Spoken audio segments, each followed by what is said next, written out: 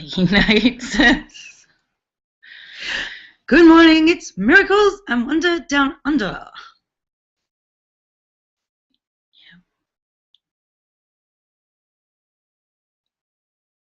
At the Wagon Street studio. Yes, indeed. And I'm faking being awake. It is cold today and it would be lovely to stay in bed and sleep. But that's because we are having our winter hibernation. And on the other side of the world, they're having their summer solstice. I always find it quite extraordinary to think that somewhere someone is out in the sun and excited and running around, even though we were out in the sun having our lunch yesterday at the beach watching the whales jump out of the water, and it was not so cold as it is right now. But compared to your cold, some people's cold out there, Jane at Threadbow, hopefully, if she's watching today, hello to Jane at Threadbow. Hopefully you've got a freezing cold day because you want the snow to be there for the little skiers to come and ski up and down those mountains. Is Jane the travel writer? No. Yes? Who gave us advice about packing bags when we were going to America? Yes, indeed. And answered all of my very specific questions to the best of her ability. Yes, inspiring women who travel, that is Jane. So if you're planning on travelling, turn to Jane. Catherine. Does she have a site? Yeah, inspiring women who travel. Okay, yep. She is inspiring women who travel. .com. I'm not sure about the actual address. I didn't know we were travelling today. I thought we were staying rugged up in the comfort of our lounge room. But you might be in a couple of months. We might be. It could be sooner than that. Hopefully we'll be going down the road to Byron Bay for the Byron Bay Writers Festival in a couple of weeks. That will be a good adventure of travel. So many things happening. It's extraordinary. What an amazingly busy universe we live in. So is it the winter solstice at Blackrock? No. I mean the summer solstice? No, in America? Yeah, now I've just forgotten what state it's even in, but is it in Montana? Lakota country at Blackrock National Park, there's a unity gathering in September, which looks quite extraordinary and an amazing opportunity to show solidarity with First Americans' treaty claims, I guess, and just giving the sovereignty back of the land back to people who believe in the land having sovereignty. But it's the acknowledgement of an agreement that was made and never acted upon. The government actually agreed on a specific amount of land being given back, and it was never actually done. Well, I think they initially said we won't take it. I think that's what they initially said was it's yours, you keep it. Oh, okay. And then over time they went, actually we need it. And actually, no, get off it. And actually, it's ours to keep. And actually, yeah, we're going to keep it. But we did say you could keep it because it was yours, and we already said that, so we need to do something. And then they offered money and said you can have billions of dollars for it. But the Lakota people go, no, we don't want money. We want to be able to continue being caretakers of the land like we always were and having some, having our connection restored in the way that we like to practice it. Which a big section of it is National Park, and it's the most extraordinary landscape, and it is one of those places, kind of cradle of civilization type places where the stories are, as far as I understand, where the stories are, that it is one of the,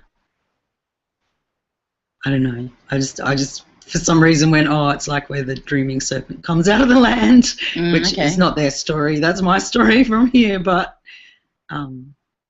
yeah, so it's a very sacred place to them and a very important place for ceremony and different things to take place, which allows man to be on the planet in a healthy way, for them to continue their ceremonies in the way that their kind of obligation to the earth requires. I guess I kind of look at it, it's not a separate thing that is their identity. They don't go, we need to have ceremony in that place. Like it just feels like it is part of, No, it's like if someone rips out your lungs at the hospital and says, there you go, keep breathing. Yeah. It's more like that, I think. So you can't separate. Like it's not, medicine is not separate from the way you live. I was going to say, it's like if you don't go to the toilet every day and you don't eat every day, your body doesn't function in the same way. I feel like their ceremony, that is the same. There's no, you can't say, I don't want to do that. It doesn't work. Like it's integrally, it's part of them to have that experience. As it is for all of us. If we were open to that layer of us.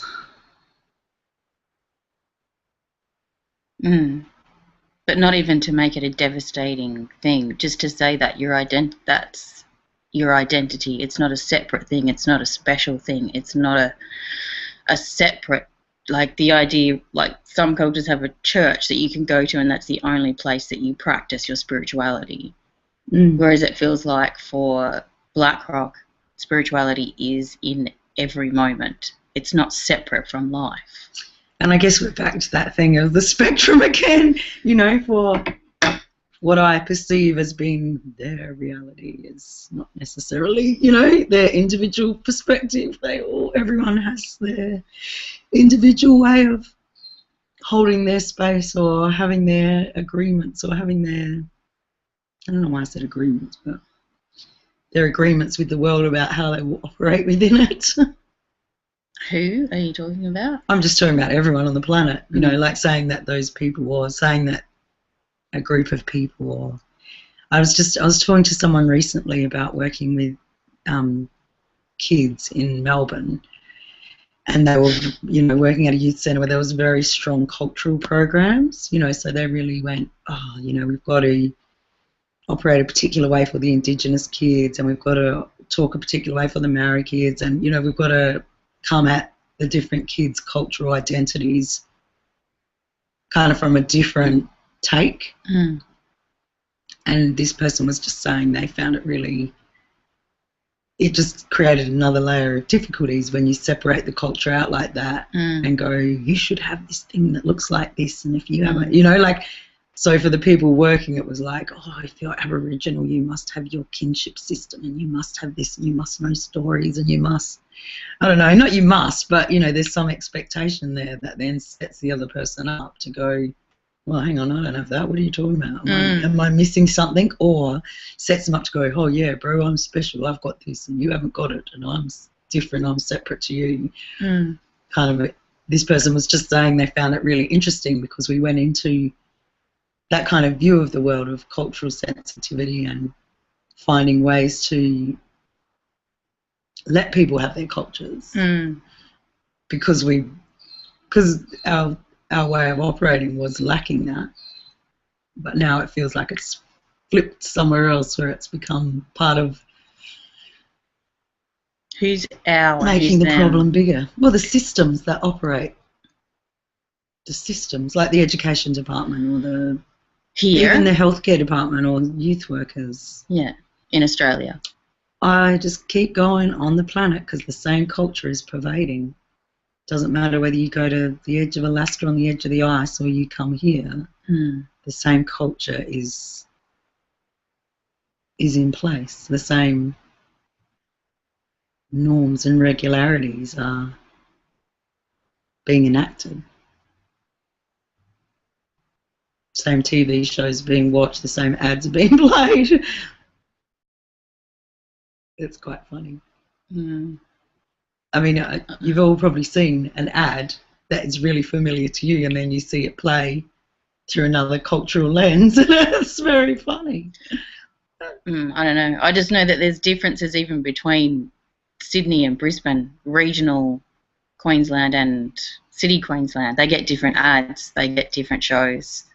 You don't have the same access. I don't know, and I just think about the three models. There's three social models as far as how politics divides up social spending, and they're all completely different on the planet. And then you've got systems like, I think it's Sweden, who have a completely different education system to anyone else. They don't even go to school until they're 8 years old. I know, I guess I just see the variety. I just find it, I'm just saying it's very interesting that you see where everything is the same. And all I see is how diverse the planet is. And I just go to, and talking about Blackrock as a form of lived spirituality, I don't know. I'm not sure how that separates them from everybody else. Well, the idea that you're saying that means that you separate people by saying your culture is different and I need to treat you differently. And I'm saying it within the systems where people are trying to fix problems. Within those systems where people are trying to fix problems. Which is, it is the attitude on the planet that we're trying to fix problems. It's very much the attitude of politics or education, or, we're looking at the deficit and going, you don't go into schools and go, we are going to give you the most expansive creative experience on the planet. We go in and go, can you read yet? Oh, this person's this low in reading, we've got to boost them up. Oh, this person's this low in maths, we've got to, oh, this person doesn't know this yet, we've got to fill up their cup with this particular information. So it kind of feels like everywhere we are, it's kind of a pervasive attitude that is playing out.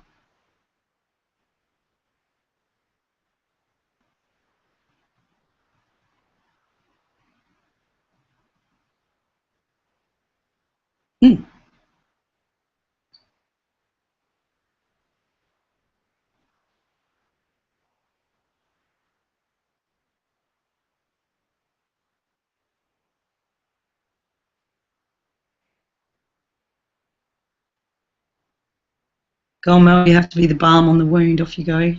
Yeah, no, I'm just going, how do I operate in there and not see it that way? I'm just trying to...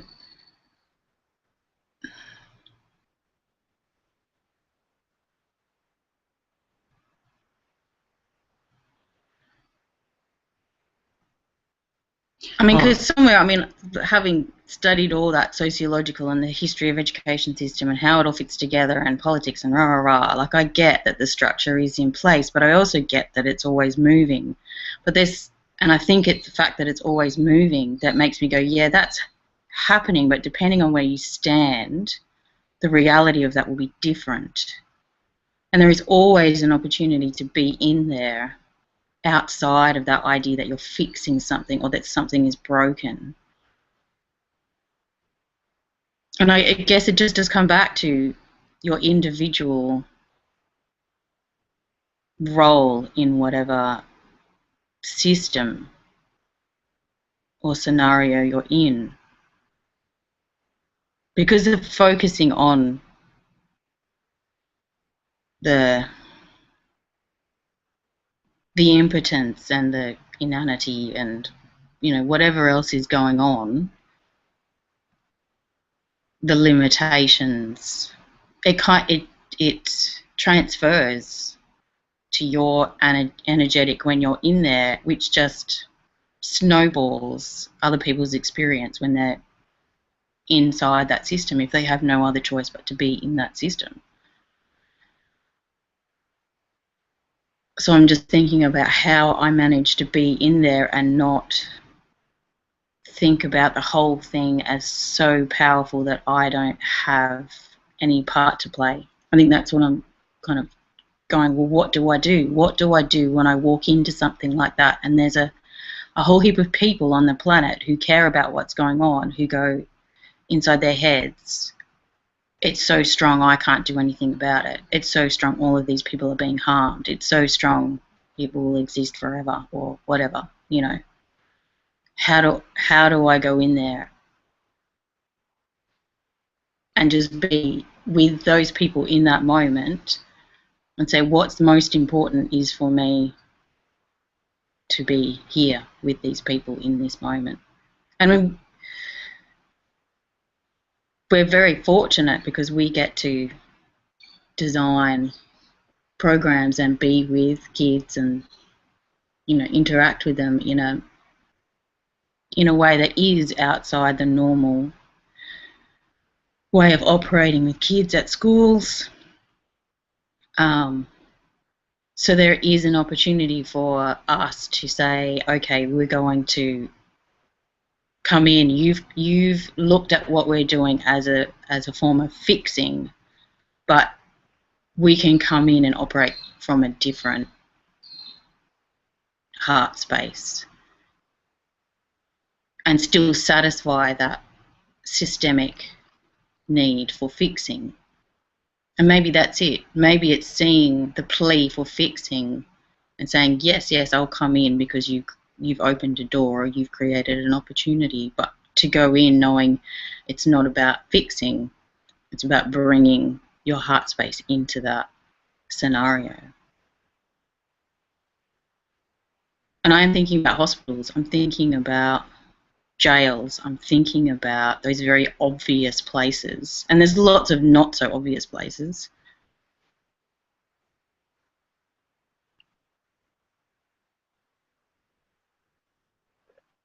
And even the theatre teacher in that movie, Phoebe in Wonderland, there's a theatre teacher that's thoughtful. There is a sense that she's not filling up the space with lots of words that don't have any impact. She's handing back the sovereignty to these children for them to have an experience. And she sits with them as an equal soul. And there's something about the model of that, for me, that's very exciting. Because I do think about all the people on the planet as children.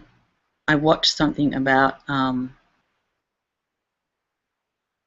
children in sex slavery being saved and, you know, put into programs where they come back to their identity because it's been stripped over the last 8 years or whatever it is, whatever that individual's personal experience was. And they go into this program and they stay there for as long as it takes. It's not you have to be fixed in 2 years. And one of the women that runs the program was saying every child deserves to be safe. Every child deserves to be loved. And I would say we are all children. You know, I can't help but see all of those people in that scenario as children needing love. There's something that allows me not to crumble into impotence by sitting in that perspective. I mean, it's not even a perspective, it's a full body experience.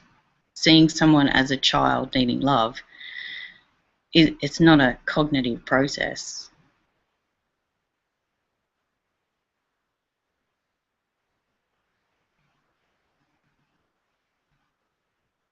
That would be my balm.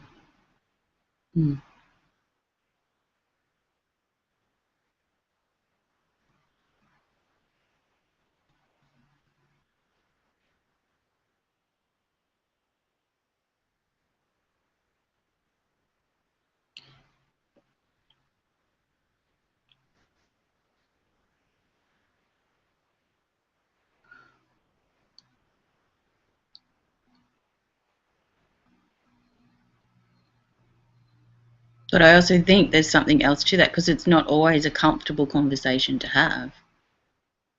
Well, it also doesn't leave many spaces for words.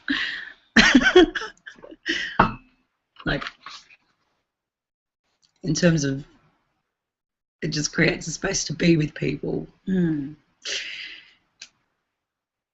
Which means you don't have to do a lot of talking about what you do, a lot of talking about what's going on, or analysing what's going on, or critiquing what's going on, or reflecting on what's going on. You just have to be with people where they are when you're there. And where you are. I mean, I think it's where you are, more importantly. I mean, you're tuned to them as children, but it's where you are, because that feels like that's where the...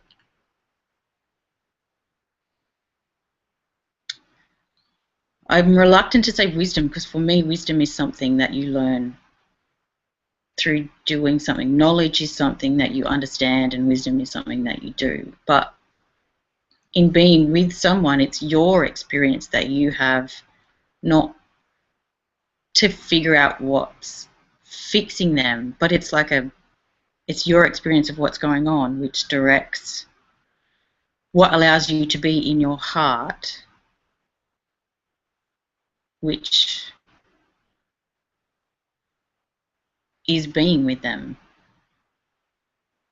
which is being medicine in that sense, where you're not focused on what you want to change, you're focused on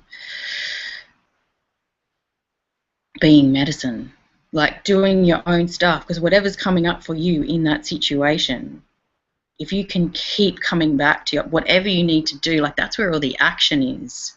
Whatever you need to do to keep coming back.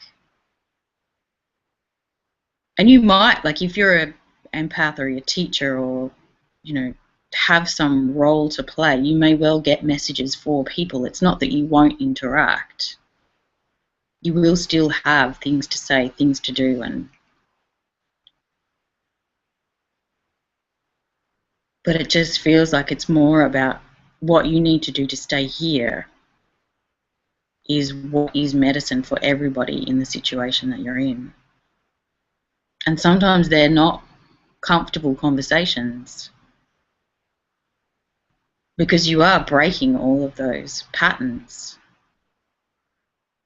You know, you're holding people to their heart space and bringing it all back to there. And it's very, and I wouldn't say it's like easy or hard, but it does feel like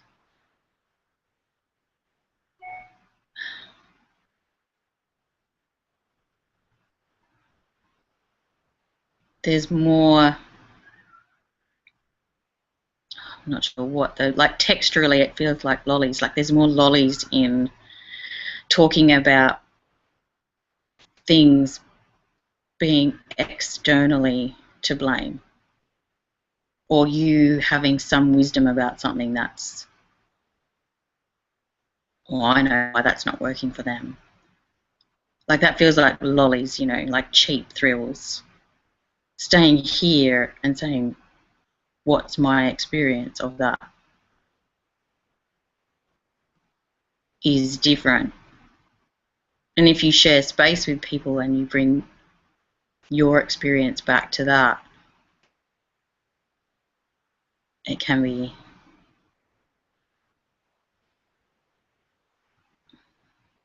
well, it can be challenging, because you have to stay here no matter what happens.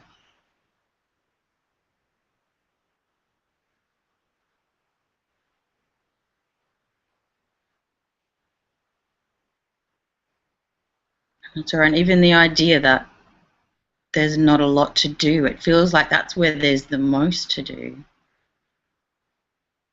Because it's a constant receptivity, reorganizing, retuning.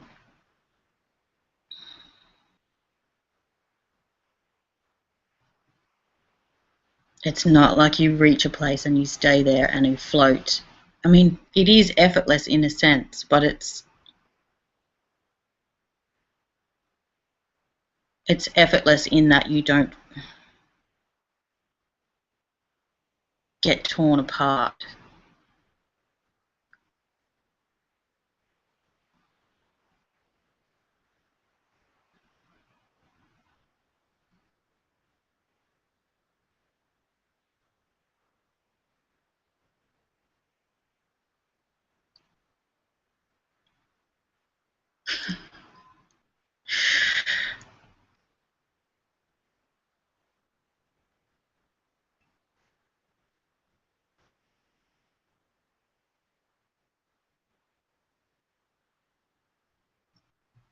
And I do think about when when you ask me about where do you get to have fun and where do you get to choose, like where is your sovereignty?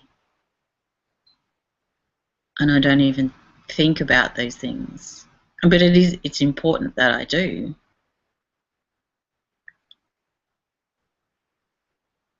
It just feels like in all of those situations where I don't, like all of the stuff is running automatic in the background, there's nothing for me to be tuning to because I've got all those things in place doing it for me. Is that the space that I get to choose? And then there's a part of me that says, no, you get to choose all the time. You get to make this fun all the time. I mean, it's the way that you have this amazing ability that I watch and admire to make people laugh. And not by being funny. There's just this way that you have of telling stories or bringing the situation. Like it's like if it's not that it gets too serious and you need to make it funny, it's just this amazing ability that you have, and it is something that you're thinking in that moment, and it's completely on a parallel line of what's going on, and you bring it in because it's part of who you are. And that joy from being able to move to a parallel track and just inspire everybody to laugh. I just think that's really just being anchored in the shit and highlighting that. No, I don't feel it like that. No, but it is kind of a lot of the time. It is just role-playing the ridiculous nature of the energy fields that are playing out. But when we were having that we were having a very serious conversation. You know, like, so energy fields can't hide though. They can't hide because it's like, look at that, it's hilarious. Yeah. But it's still been anchored in the what else is playing out kind of thing. All those other systems and things and roles and whatever that are playing out. It feels like all the crap that's playing out. I don't know. I feel like that's diminishing the power of it because it feels like it's in situations where someone shared something serious with you. I mean, I guess I'm the one that goes, okay, let's go with that, and I'll listen. I'll make sure that it's all. You get some reflection of how deeply felt that is. I don't know, and it's not an either or, but it feels like you're the one that has the ability to be funny at the end, that brings them into the lightheartedness of, you know what, all of that stuff is part of your life. Like the idea that spirituality is not separate. It's like when you share something about a loss, or when you share something about a secret, or when you share something about a fear, you can have that conversation. And when you've had that conversation, then you bring that person back to that frequency of joy. It's not an instead of. It's not like you take them there so that they don't feel the sincerity of what they're sharing with you. Like it's you have this experience with them and then you bring them back. And it's a powerful frequency. Being able to laugh at the end, it is an exhale and a lift. There's something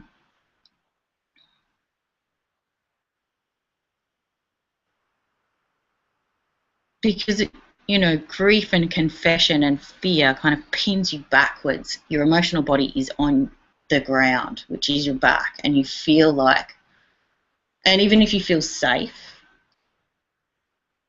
there is a sense that you need something to be able to let you sit up again. You don't just let people sit up. They kind of explode back into the world with joy. Somersault. It's really beautiful, and you do it pretty regularly. I mean, it's something that is part of your way of connecting to people.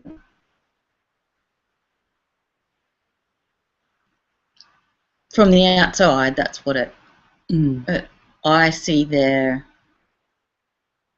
appreciation for that.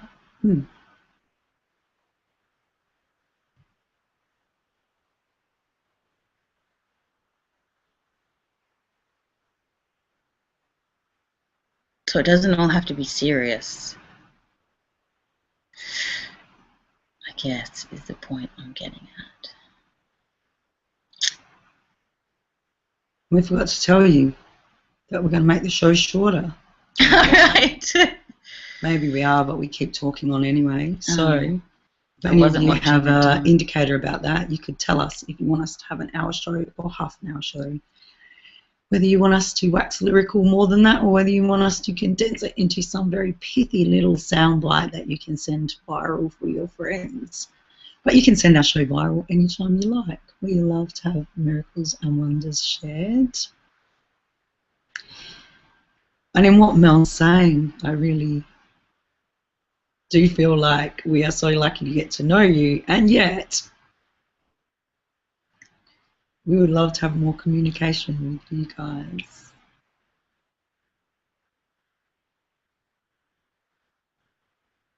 Especially in terms of what it is you love to do. And I don't know, just somewhere making sure you're getting acknowledgement of that for you, what you do in the world.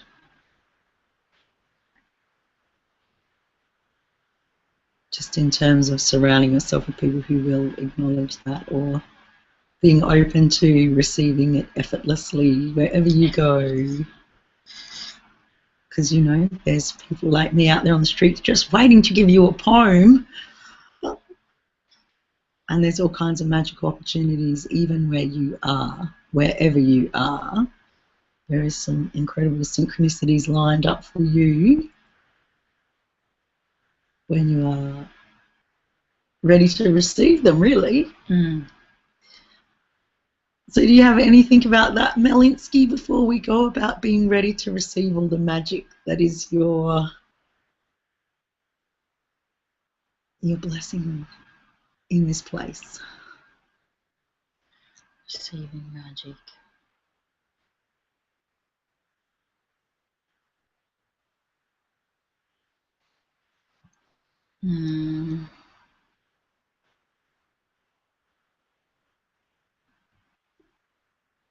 Oh no, I guess you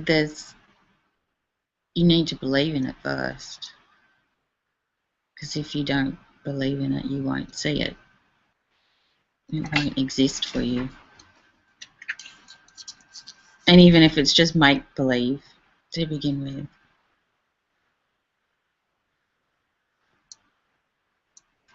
So you're saying live in make-believe? No, I'm saying if you want to be able to receive the magic, then you have to believe it exists. And if it's hard to believe that there's magic because you can't see it yet, then you might need to make believe that there's magic, and then you will be able to see it.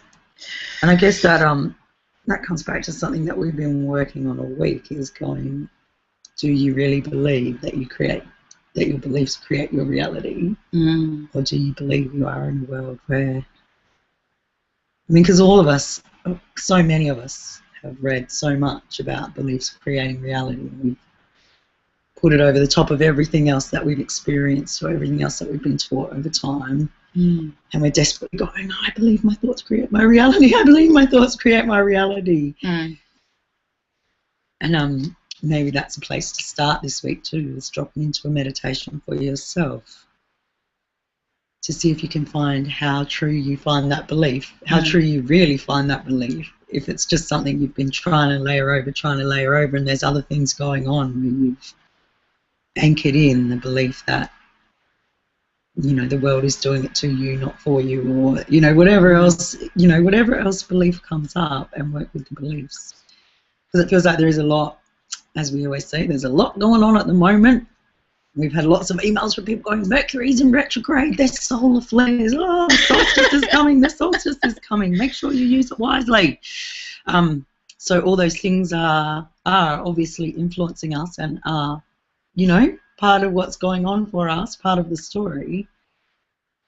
Though your story will revolve around how much you believe, whether you are a creator or you are a passive recipient or victim, or, you know, just have to take what comes.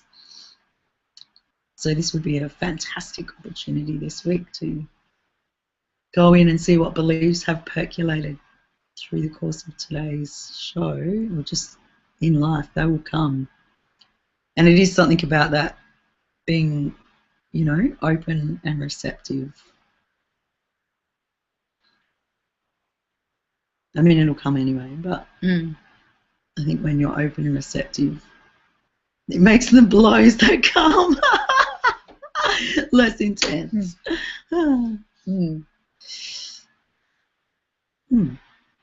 So, open up your heart and know, plant a seed and watch it grow. Receive the truth of who you are, and you see you're a shining star. And look at us.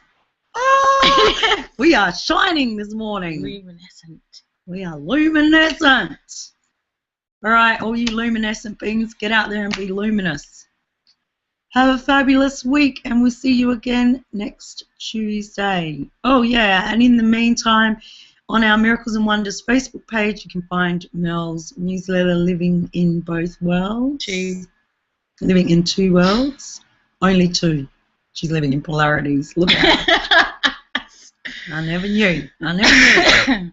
I think I'm living in more than two, but anyway, just start with two. Let's just start with two, teaching people how to work in two, and then we'll go from there. All right. Have fun. Have a great day. See you later, alligators.